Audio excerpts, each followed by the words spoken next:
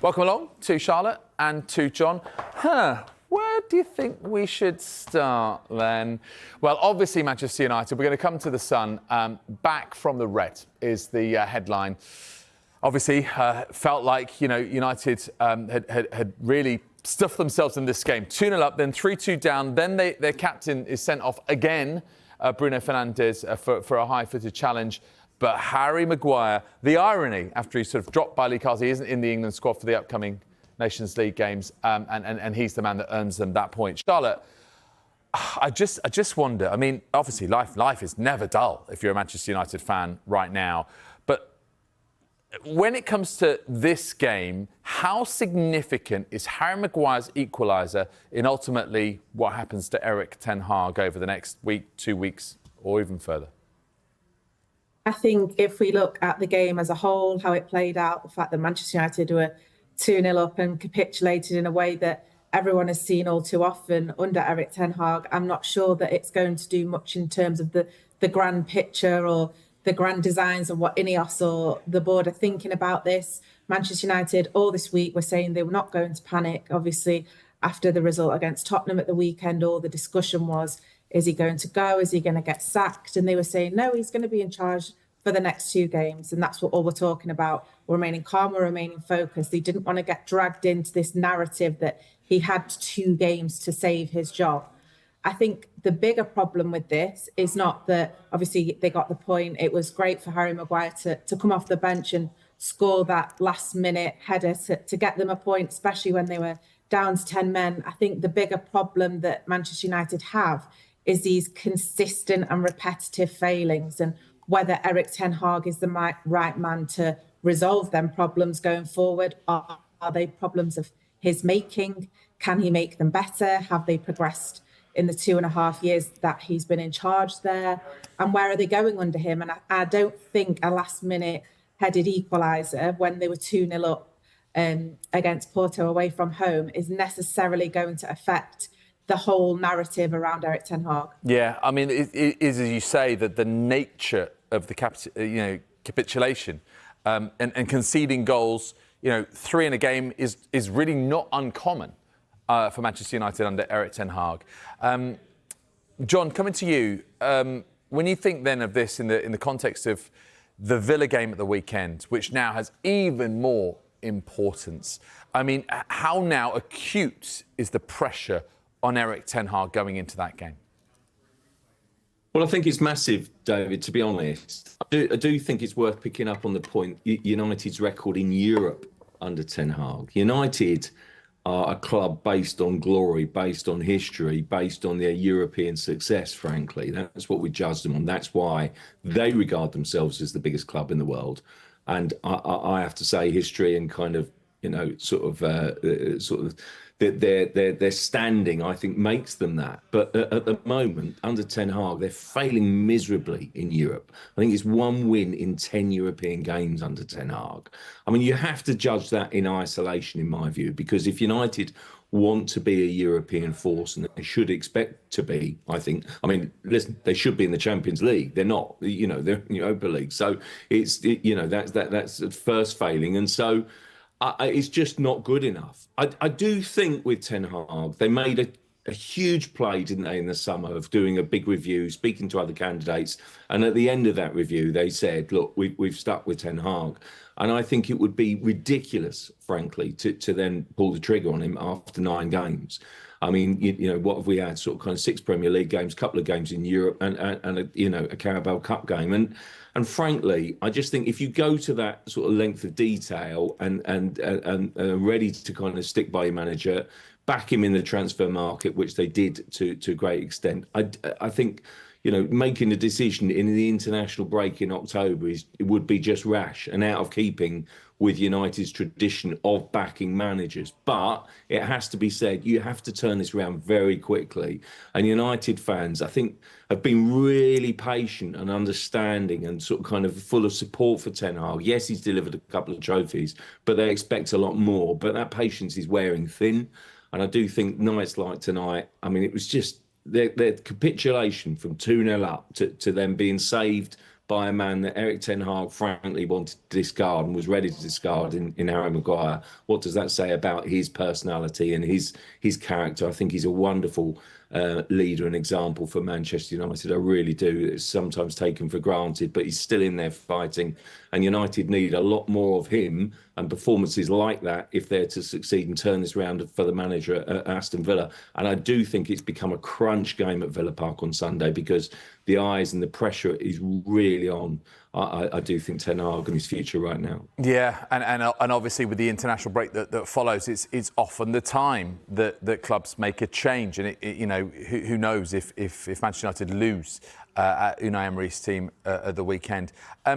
We've just heard from Eric Ten Hag in the post-match news conference, Charlotte, and he said that he decided to take Marcus Rashford off at half-time, despite the fact he scored the opener in this game after 7 minutes, for rotational reasons.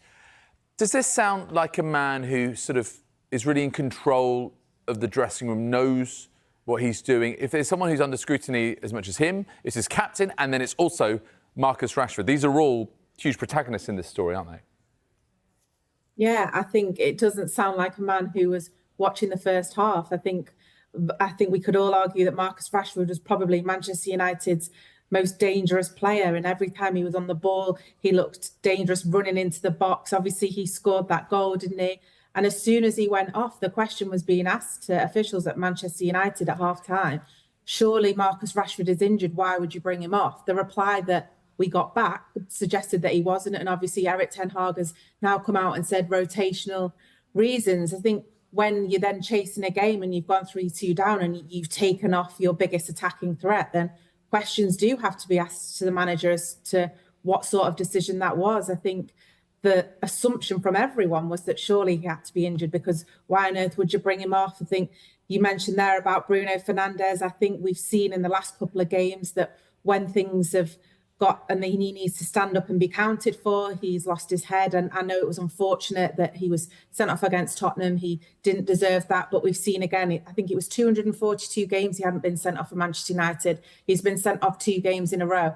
And this is the time when Manchester United need their leaders. John mentioned there, Harry Maguire, stripped of the captaincy, relegated to 5th choice centre-back, comes on, stands up, scores the decisive goal that gets Manchester United a point. Bruno Fernandes, the captain, the leader, already in the dressing room because he's been sent off 2 games in a row. So I think there's a lot of personalities that need managing in that team, but I do think that Eric Ten Hag got it really wrong with bringing Marcus Rashford off at half-time. And just talking about Bruno Fernandes there, I mean, you mentioned, Charlotte, the 2 in 2 games having not been for such a long time. Does it feel like, when you have a senior figure like that, John, it just feels like this thing just is feeding itself, this chaos, and you have the club captain who, in Premier League football, is getting sent off, and now in Europa League as well. Does that give you signs that the wheels are coming off? Certainly gives me signs that Fernandes is getting frustrated. Listen, I thought that Sunday's red card, which obviously has been subsequently overturned, was ridiculously harsh, and I thought it was a poor state of affairs that the referee gave it in the first place, and then VAR didn't step in and save him. I think that says a lot about our sort of kind of refereeing standards at the moment. But having said that, surely it makes the captain think, actually, I need to have a look at myself and basically review that. And the second yellow tonight, sort of kind of the sending off again, why has he gone in so high? You could argue, and people already have been, that basically it's a bit harsh again, but, because he doesn't actually kind of really catch him in the head. But actually, why is he not going in with his head, knowing already that he's on a yellow card, so he's on a tightrope? It just makes no sense. That is, I think, the kind of the play of a hot-headed player, a player who's lost his discipline, who's lost his temper, and that's the last thing you expect from a captain and a leader. Fernandes, has had his captaincy and why he is captain questioned so many times. But I do think when a manager is under pressure, he expects strong leadership from his captain, from his leader on the pitch. And I just don't think he's getting that, from Bruno Fernandes. I actually think that Fernandes, if you dig deeper, is systematic frankly, of some of United's problems, because he's a good player, but frankly, he can be really impressive and dangerous and creative for Manchester United, but as a leader, no chance. There's far too many players, I think, that are sort of kind of disappearing, taking the easy way out, not standing up, being strong enough. And I'm afraid to say that Fernandes epitomises that in my view. I mean, how can you throw away a 2-0 lead, go behind 3-2, Harry Maguire rescues it 3-3, absolutely chaotic. And that is when you need proper leaders, proper captains to stand up. And United simply did not have enough of them tonight. It was absolute chaos at the back. The standard of defending was absolutely shambolic.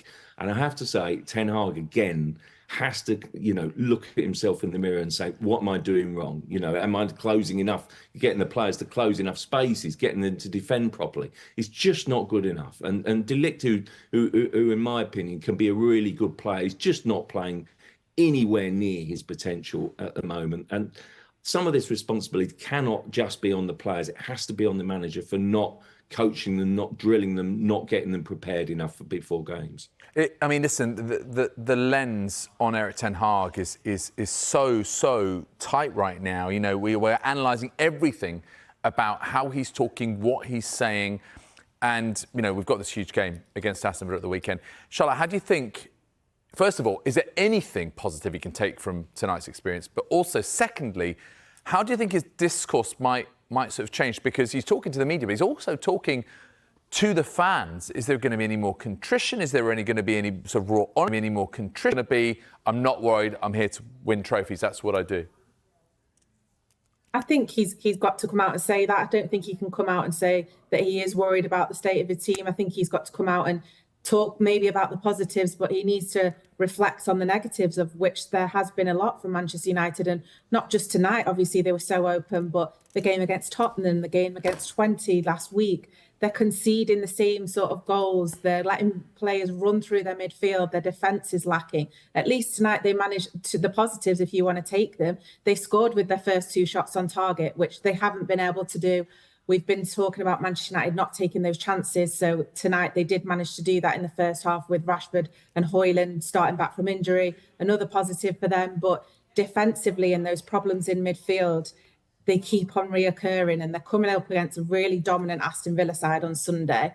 They should be worried. So Erik Ten Hag is going to have to come out and explain what he is going to change. He needs to talk about the negatives, but I expect him to cling on to the little positives that there were today, because what else is he supposed to talk about? Yeah, and John, to the players, I mean, to be a fly on the wall inside that Manchester United dressing room in Porto tonight, what do you think the message will be, and how does he deal with this so very complicated and, as you say, chaotic situation? Having to rely on a man he wanted to discard to rescue them tonight, having Bruno Fernandes sent off, hooking Marcus Rashford at half-time. Now, how does he handle this for Villa Park? Of course, Aston Villa, I'm sure they'll be licking their lips for the visit of Manchester United, having just beaten Bayern Munich in the Champions League. Yeah, well, Villa will be fired up, won't they? Actually, I was reminded that United do have a decent record at Villa Park, so you never know. Sometimes out of adversity comes a surprise. But frankly, also, you have to take into account Villa are at home, have an extra day's rest. United a long trip back from Porto, and it's going to be a really difficult one. Look, the very least he can expect really is a kind of some sort of cohesion, trying to kind of keep them together, trying to keep them really as a unit. That's what he has to expect, really. He has to kind of galvanise those players. I don't always think he gets his message across at all well. I still think he's kind of, as Charlotte was alluding to, sometimes he doesn't express himself particularly well, I don't think. And sometimes that, I don't know whether that kind of, is to appease fans and gets fans on side, and also maybe in the process sends mixed messages to players. So, they've got to now back their manager. They've got to stand tall, because I tell you what, a bad defeat on Sunday ahead of an international break is seriously bad news for Ten Hag. So the pressure's really on him on Sunday.